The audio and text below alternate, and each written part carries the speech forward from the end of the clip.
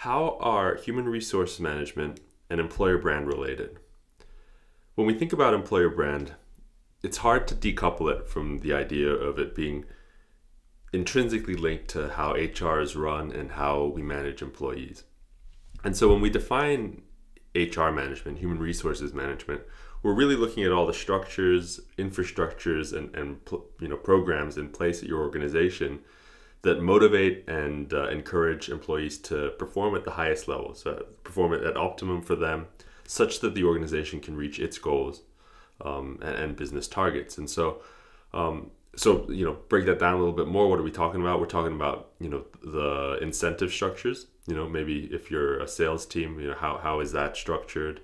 We're looking at the policies and kind of the different bonus programs in place, just really anything that speaks to maximizing the potential of your human capital infrastructure.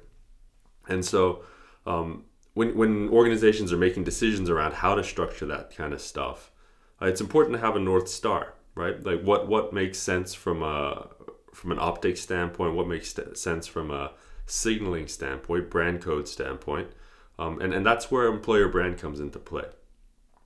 When an organization has thought hard and thoughtfully about what they want to stand for as an employer and what their employee experience should look like, it's then quite easy to make the decisions around, okay, what does our bonus structure look like? What does our incentive structure look like?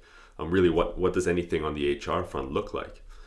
And so to help illuminate the point, what we'll do is we'll break down HR management into its three kind of basic fundamental aspects. And so that's this part of the article.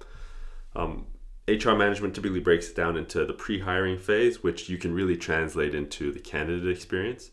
What is a candidate experience from the moment they get to that first job description that your company has out there? How do they feel? How does the company portray itself externally? And then that moves on to training and development. So that really is like the start of the employee experience. And then also there's a through line through, professional development there too.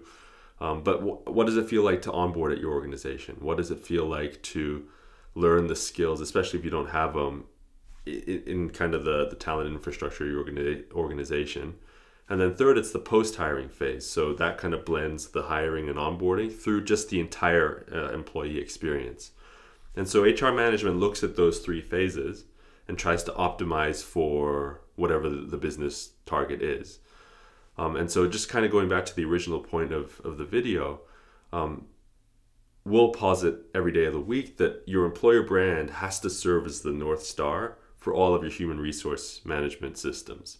So once you have that in place, once you have an idea of what your brand needs to stand for, who you want to be, from an employee experience standpoint, a candidate experience standpoint, then decision making on the HR management front becomes a little bit more straightforward.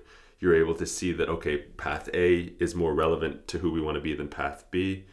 These benefits, these perks, these incentive structures make more sense from a branding standpoint than these other ones. Just in general, decision making gets a lot easier on the HR management front.